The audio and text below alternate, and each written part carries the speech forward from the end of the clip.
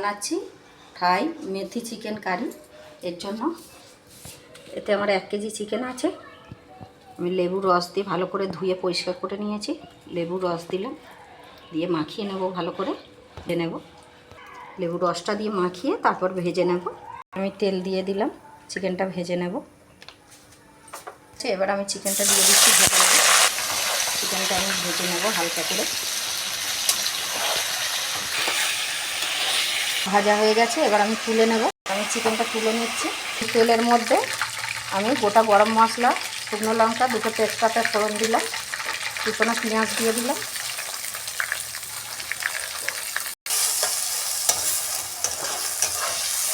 আমার বাদামি রঙের ভাজা হয়ে গেছে।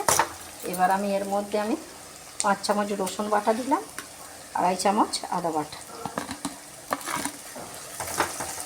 লঙ্কা গুঁড়ো দিলাম, যে যেমন ঝাল খাবেন দেবেন। 2 চামচের মতো জিরে গুঁড়ো দিলাম, 2 চামচ ধনিয়া গুঁড়ো, 1 চামচ হলুদ গুঁড়ো দিলাম, নুন দিলাম স্বাদ মতো, কেটে রাখা আধখানা ক্যাপসিকাম দিলাম। আমি টক দই দিয়ে দিলাম,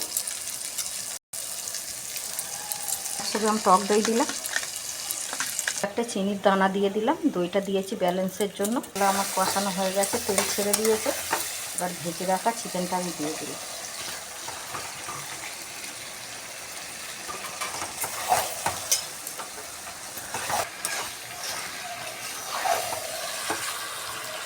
আমি দিয়ে দেব ছোট 2টো কেটে রাখা টমেটো কুচি ছিল, আমি দিয়ে দিলাম। হয়ে গেছে, এবারে আমি এর মধ্যে দেব কিছুটা মেথি পাতা। মেথি আমি দিয়ে দিলাম, দিয়ে একবার নাড়াচাড়া করে আর জল দিয়ে দেবো। আমি এর মধ্যে জল দিয়ে দিলাম। এবার আমি একটু ঢেকে দেব। এবার আমি এর মধ্যে আর একটু কাসুরি মেথি ছড়িয়ে দিলাম। আমি নামিয়ে নেব। হয়ে গেছে বন্ধুরা আজকে আমার রেসিপি ফ্রাই চিকেন মেথি কারি। এই রেসিপিটা আপনাদের যদি ভালো লেগে থাকে লাইক, কমেন্ট, শেয়ার।